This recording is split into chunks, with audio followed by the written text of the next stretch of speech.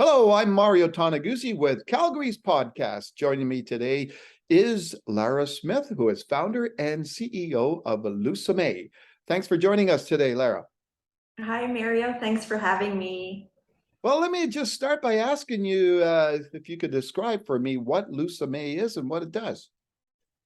Sure. Lusomé is a technical luxury women's pajama company that helps women if they're struggling with night sweats. Okay, and when did you start?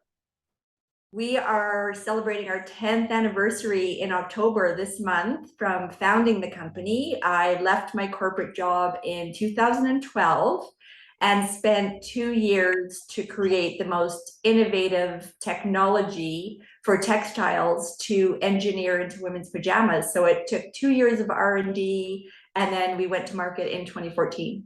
And how did you come up with this idea? Like, where's the genesis of this idea to start this business? Well, in my last corporate job, I was managing a big team. It was a specialty apparel company that was very innovation based. So I traveled the world meeting the coolest, most innovative production facilities all over Southeast Asia, Europe, textile mills.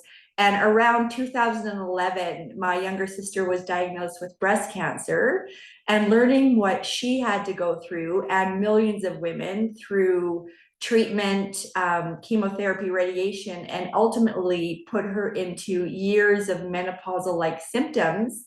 And just imagining my sister and other women, in these life-saving moments of trying to battle cancer and then not being able to get a good night's sleep because they were struggling with night sweats. It was my call to action to leverage my experience and my connections and do something more purposeful to help women. Okay, and can you tell me just a little bit about where people can find the product? Sure. We are all over North America in specialty lingerie boutiques. There's several here in Calgary. Online, of course, on lusomé.com. Several department stores, Nordstrom's.com, QVC. We have quite a presence in Canada and the US now. Have you ever thought of opening an actual retail outlet or store?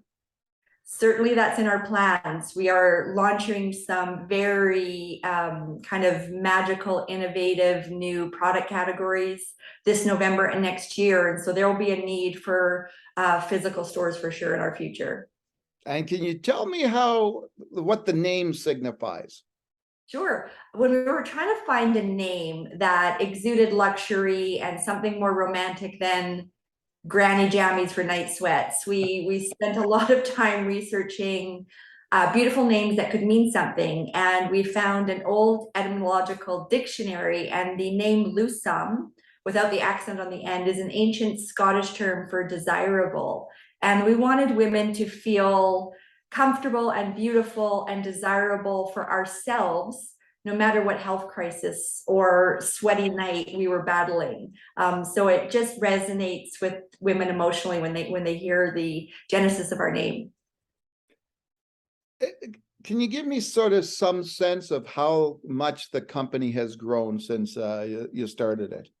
Sure. We've doubled the business every year.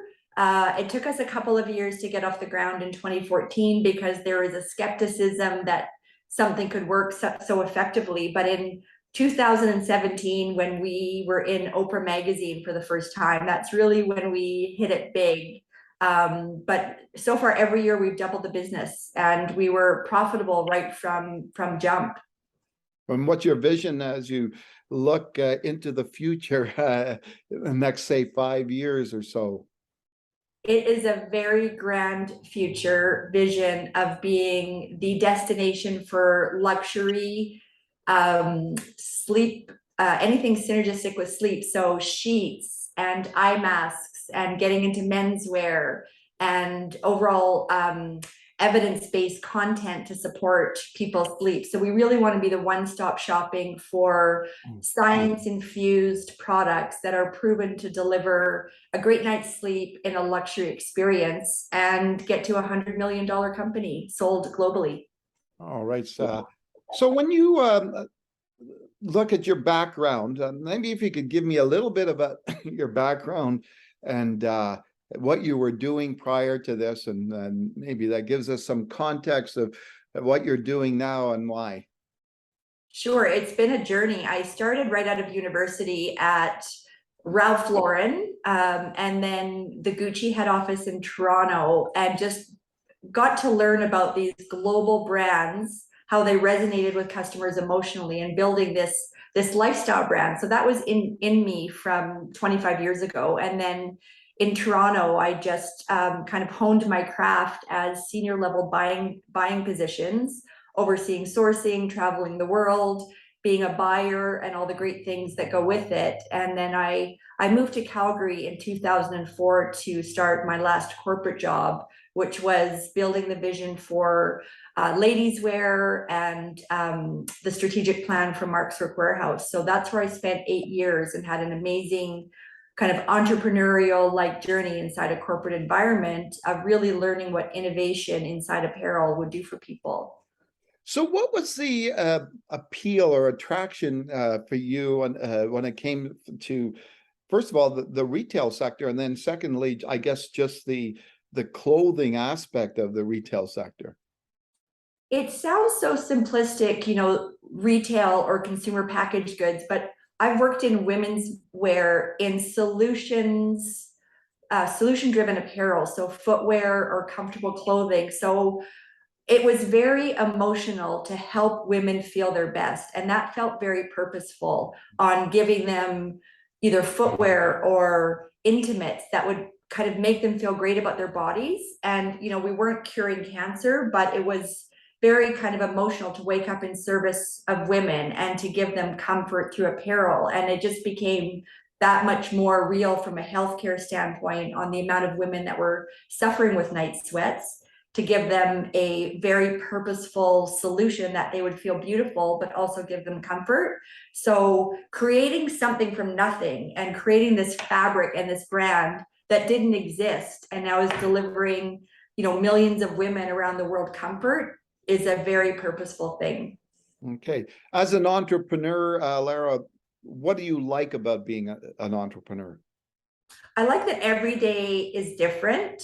I like that you can create something and deliver it to the customer and see the sales come in. And it's, very rewarding when the team can celebrate hitting these financial milestones. But it's a very dynamic job and you're learning something every day. You get the opportunity to learn from your mistakes and be better the next day. And this is kind of an everyday wake up and start fresh journey. And it's a wild ride. You have to be wired for it, that's for sure. I think we're all a little bit crazy. What's on the flip side of things, what's the thing that you don't like about being an entrepreneur?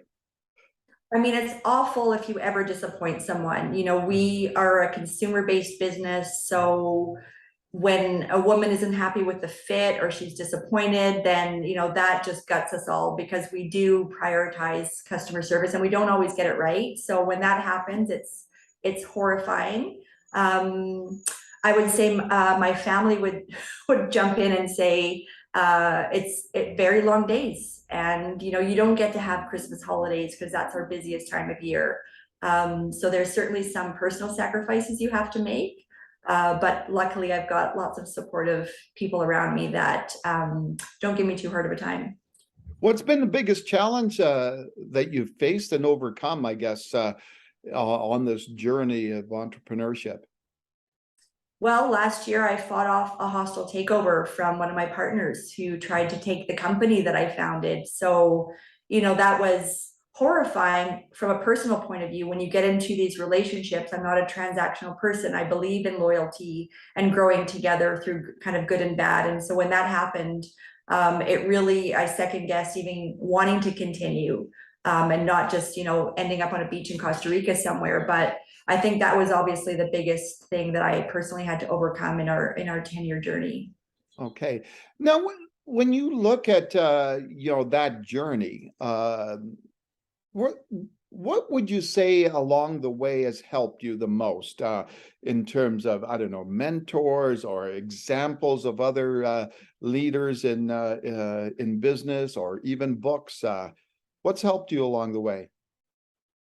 Definitely my informal advisory board, who are mostly former bosses, experts in the industry from winning team. I've got an amazing couple of capital markets advisors and legal brains and financial brains and brand building. So I've got this network of people I can call who challenge my thinking, tell me when I'm not thinking about something right, or if I've called something wrong and how to think about something differently, but have smart people around me that are different from me that push back, and they make me smarter. I'm very lucky to have an advisory board around me. Any books that helped you? Oh, for sure. Good to Great would be kind of the Bible I refer to on just, how to surround yourself with smart people and the right people on the team.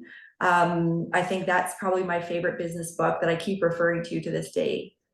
Okay. Now, if a young person, well, not even necessarily a young person, but anybody came to you and seeking advice on becoming an entrepreneur, wanting to be an entrepreneur, what would you tell them? Gosh, do your homework on the size of the market and how your value proposition will be compelling. And then that's kind of step one, but the ability to execute is the biggest part of being an entrepreneur, because there's a zillion good ideas and there's people that have good ideas, but if they have no ability to execute, then it's just a giant waste of money and time. It's going to fail. Yeah, as an old friend of mine used to say, lots of talk, no action. Yeah. So, when you look at the business, let me ask you just a little bit about. Now I know that you're, primarily, your goods are out in a lot of different places, and online, but in terms of being a business person in Alberta, can you talk a little bit about that? What are the advantages of that? I find the culture and climate of Albertans to be very entrepreneurial, less bureaucratic. So like-minded thinkers in, informal kind of networking groups has been very refreshing. I, started my career in Toronto, Ontario, and the overall mindset is very different. People want to work. It doesn't matter your family, your heritage. Nobody gives a crap. It's about what you've done personally, what you did yesterday, and I think that's been really kind of exciting and refreshing about the climate of hiring people and networking. Yeah. The challenge over time as a small business owner is, when some of the tax advantages have changed and, not enough financial support and tax relief for small business, through the various, federal entities that shall remain nameless. That's been a challenge. Yeah. Now, I understand, Lara, that you tend to support young entrepreneurs. Tell me a little bit about that. Sure. There's been a couple of organizations I've really enjoyed. So the Foundation for Women Entrepreneurs out of Vancouver, which is now called the Forum. I've participated in events and I take on one mentee every year and just go through their business with them, which has been really rewarding. It feels like my own when I'm kind of under the covers with these really smart, engaged women. The other place that I've volunteered with is the Hunter Center for Entrepreneurs at the U of C, and for an entrepreneur type program, I think they're amazing, and I've been judges for some of their pitch competitions, and that's been super fun. Ended up networking with some really bright young minds at the U of C that I've ended up hiring, and so I think important to give back, and if I can share the pitfalls and some of the disastrous mistakes I've made to help young entrepreneurs, I'm really happy to do it. Now, I understand also you mentioned giving back. Tell me about how the company gives back in other ways. Yes, we quietly do this for the sake of doing it, not for being recognized for it. I've mentioned how important the Canadian Cancer Society is because of my sisters. So we did a 5-year Canadian Cancer Research Fund for breast cancer when we launched. And then more recently, we do our Sweet Dreams campaign.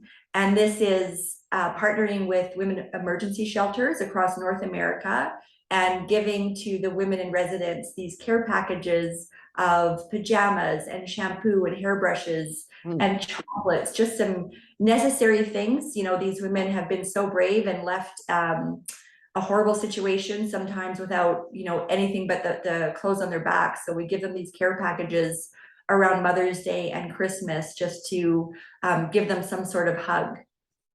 Excellent. Now you mentioned, you know, about that one of the challenges as being an entrepreneur is the time, obviously. You know, in many ways it is a 24/7 job. How do you think your work-life balance is these days? Oh, it's a disaster.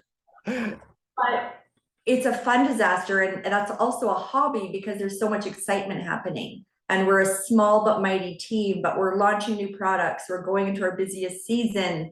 We're partnering with massive retailers that requires a lot of setup and work. So it's unhealthy at the moment, but you know, come New Year, oh, I always say that, you know, the next quarter will be a little bit better, but it'll get better.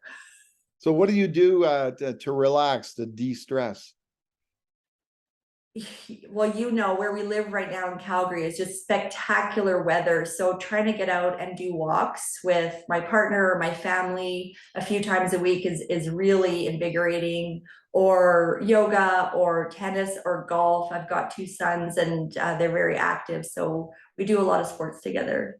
Okay. How important is that, do you think, for an entrepreneur to get that balance? And you know, how important is that to really the success of the company is?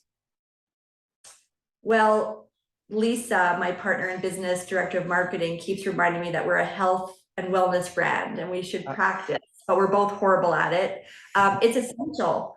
You know, if you can find a Saturday where you don't look at work emails and just completely disconnect, I always feel better for it. So I can't emphasize enough the importance of just finding the time to unplug, de-stress, get out there and do something active.